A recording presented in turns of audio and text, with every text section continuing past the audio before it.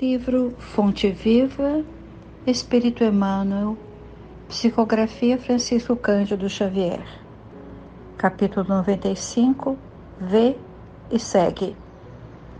Do Evangelho de João, capítulo 9, 25, a epígrafe: Uma coisa sei, eu era cego e agora vejo. Apesar de o trabalho renovador do Evangelho nos círculos da consolação e da pregação desdobrar-se diante das massas, semeando milagres de reconforto na alma do povo, o serviço sutil e quase desconhecido do aproveitamento da Boa Nova é sempre individual e intransferível. Os aprendizes da vida cristã, na atividade vulgar do caminho, desfrutam do conceito de normalidade, mas se não gozam de vantagens observáveis no imediatismo da experiência humana, quais sejam as da consolação, do estímulo ou da prosperidade material, de maneira a gravarem o ensinamento vivo de Jesus nas próprias vidas, passam à categoria de pessoas estranhas, muitas vezes ante os próprios companheiros de ministério. Chegado a semelhante posição, e se sabe aproveitar a sublime oportunidade pela submissão e diligência, o discípulo experimenta a completa transposição de plano, modifica a tabela de valores que o rodeiam, sabe onde se ocultam os fundamentos eternos, descortina esferas novas de luta através da visão interior que outros não compreendem. Descobre diferentes motivos de elevação por intermédio do sacrifício pessoal e identifica fontes mais altas de incentivo ao esforço próprio. Em vista disso, frequentemente provoca discussões acesas com respeito à atitude que adota à frente de Jesus. Por ver com mais clareza as instruções reveladas pelo Mestre, é tido a conta de fanático ou retrógrado, idiota ou louco. Se, porém, procuras efetivamente a redenção com o Senhor, prossegue seguro de ti mesmo. Repara sem aflição e sem desânimo as contendas que a ação genuína de Jesus em ti recebe de corações incompreensivos e estacionários. Repete as palavras do cego, que alcançou a visão e segue para diante. Quando nós fazemos uma leitura rápida sobre essa epígrafe do Evangelho de João, a gente pode pensar que João fez uma analogia com ele mesmo. Poderia dizer, considerava-se cego para a luz e agora ele vê. Ele vê com o contato com Jesus. Mas o capítulo não se refere a ele, João. Não se refere a uma analogia construída por ele. João conta uma passagem de cura realizada por Jesus em Jerusalém. E logo encontramos uma nota intrigante. Somente João conta o episódio intitulado no Novo Testamento O Cego de Nascença. E como sabemos, o Evangelho de João foi escrito bem mais tarde do que as primeiras anotações de Mateus. E os outros discípulos? Não estavam presentes? Por isso não escreveram essa ocorrência? Mas quando viajavam a Jerusalém, todos caminhavam juntos e somente no capítulo 9, João faz o relato. Relato tão interessante como uma narrativa em sequência de fatos. E tão interessante que considerei útil para compreendermos as explicações, ler os versículos do capítulo 9, e são 41 versículos do capítulo, e fazendo pausas para comentar alguns versículos. Eu vou procurar, assim, interpretar os versículos para ser mais esclarecedor. Mas ainda, João conta no capítulo anterior, o 8, que os judeus discutem com Jesus no pátio do templo em Jerusalém. Jesus fala a todos sobre a verdade e diz: "E a verdade vos libertará." Mas aqueles que ouviram disseram: "Mas somos descendentes de Abraão e nunca fomos escravos." Sabemos que os judeus não compreenderam a que liberdade Jesus se referia. Os ouvintes somente pensavam que haveria de se libertar aquele que é escravo. E mesmo nesse sentido, nós podemos pensar: quantas vezes os hebreus saíram de suas terras pela diáspora? Quantas vezes se deslocaram para outras áreas, outras nações? Foram dispersados por todo o mundo, por preconceito, perseguição política, religiosa ou étnica. Era difícil entender a verdade que liberta, como nós, seguramente, depois de séculos de cristianismo, também não entendemos todo o sentido profundo dessa frase de Jesus.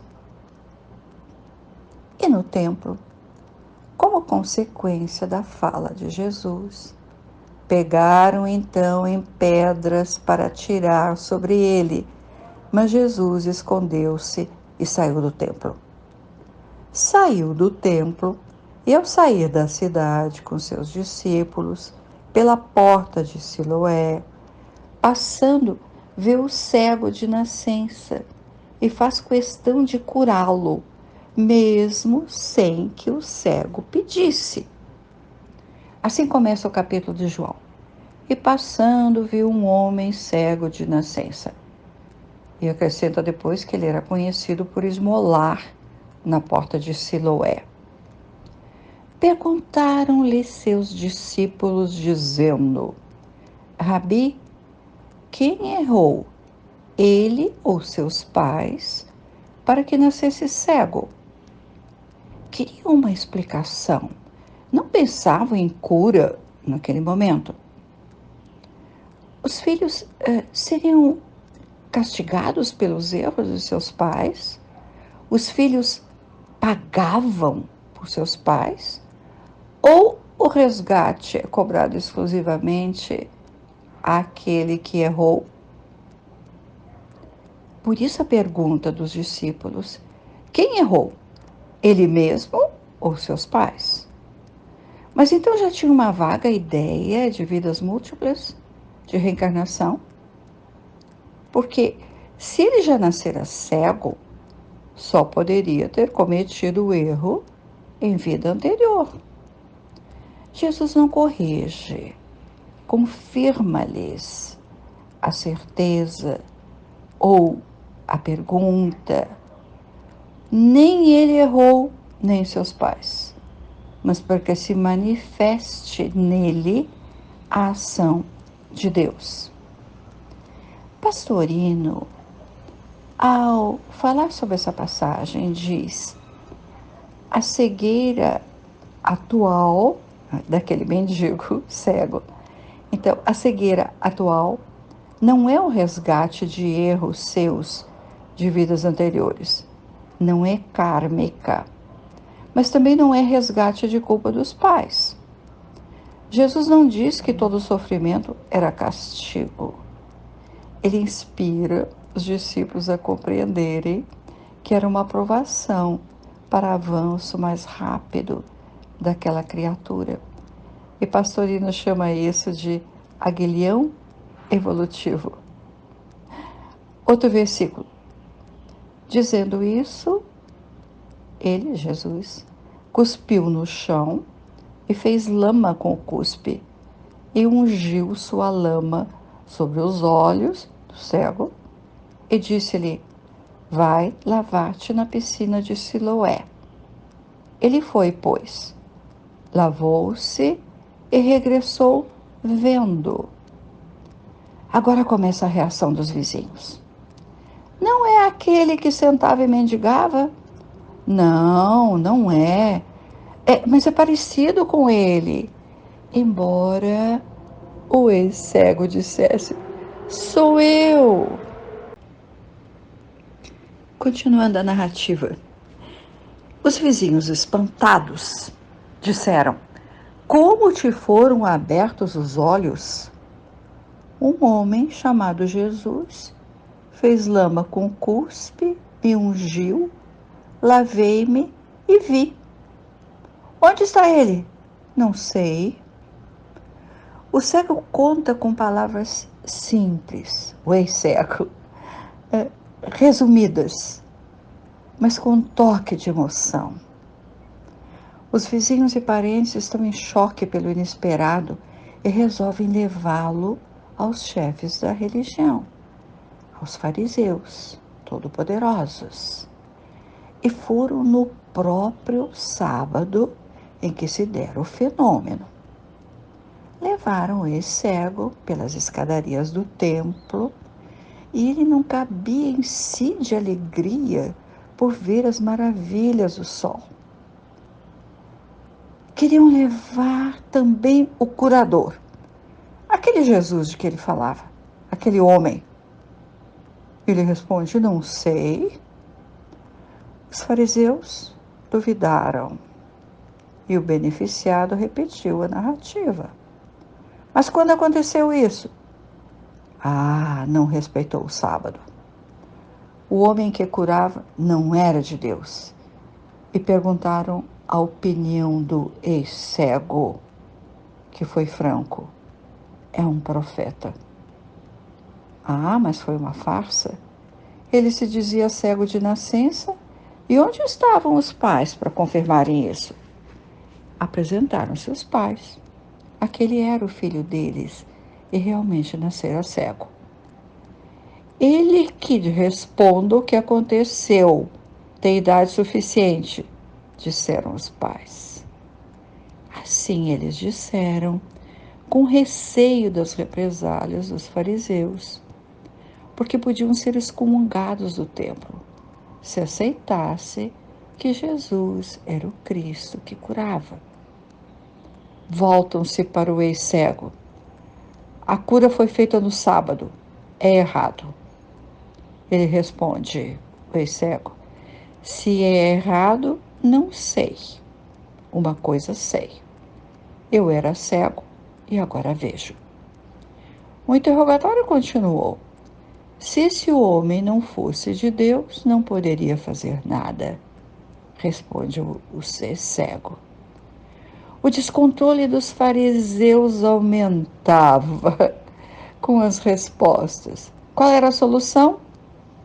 Então João escreve: e o lançaram fora, quer dizer, expulsaram do templo. O cego de Siloé era uma testemunha incômoda para os fariseus. O que eles entendiam sobre aquele carpinteiro? Estavam assustados e sem saída. Então expulso o ex-cego, que não demonstrava medo diante do perigo que representava enfrentar aqueles fariseus. Então Jesus o procura para confortá-lo. O ex-cego estava alegre pela cura, mas decepcionado com os homens. Ninguém compreendia a maravilha que tinha acontecido com ele. Mas Jesus fala com ele e revela-se a ele. Assim escreve Pastorino, dizendo como o fizera com a samaritana. Revela-se lá no poço de Jacó. Nada melhor que um cego de nascença para servir a alegoria, demonstrando que nem sequer a iluminação física seria reconhecida, quanto mais a espiritual, que se oculta no fundo da alma. Jesus deu um exemplo vivo aos discípulos. A dificuldade de uma criatura obter a iluminação interior e encontrar-se com Ele, o Cristo de Deus. Emmanuel escreve nesse sentido, nessa direção de que a gente acabou de falar. Apesar do trabalho renovador do Evangelho diante das massas. E se refere depois ao aproveitamento que é sempre individual e intransferível. Procuremos no texto de Emmanuel agora algumas aplicações que podem se referir ao cego de nascença. Os fariseus que o cercaram exerciam a mesma atividade há tempos, em conjunto, adaptando as leis do Velho Testamento às suas comodidades de vida, aquilo que lhes comprazia. Situação de poder, recursos materiais, evidência na sociedade hebraica. E aparece um pobre mendigo de Siloé, que estranha as atitudes dos religiosos e responde à pergunta: que dizes tu a respeito dele, visto que te abriu os olhos? E a resposta: que é profeta. A resposta não é apropriada ao pensamento dos fariseus. E colocavam eles, os fariseus, colocavam o ex-cego na categoria de pessoa estranha, mesmo sendo um judeu como eles. O cego era estranho, então, aos olhos dos religiosos, que já o enquadravam como discípulo do carpinteiro. E o ex-cego aproveita a oportunidade ao demonstrar submissão e modifica-se ao reencontrar Jesus, agora com luz nos olhos e luz na alma. Descortinou novos valores, motivos de elevação, de vida nova, agora com seu trabalho e esforço ao seguir o Rabi. Também na atualidade, aqueles que se renovam não pelos códigos usuais de materialidade e procuram a evolução espiritual mesmo que apenas entrevista em nossa limitada compreensão, e essas criaturas são olhadas, no mínimo, como estranhos, ou como escreve Emmanuel, fanáticos, retrógrados, idiotas ou loucos. O convite do benfeitor Emmanuel: prossegue em teu novo caminho, agora que vês com maior clareza e sem aflição e sem desânimo. O cego alcançou a visão dos órgãos físicos. É a visão do espírito. Que se ilumine também a nossa visão.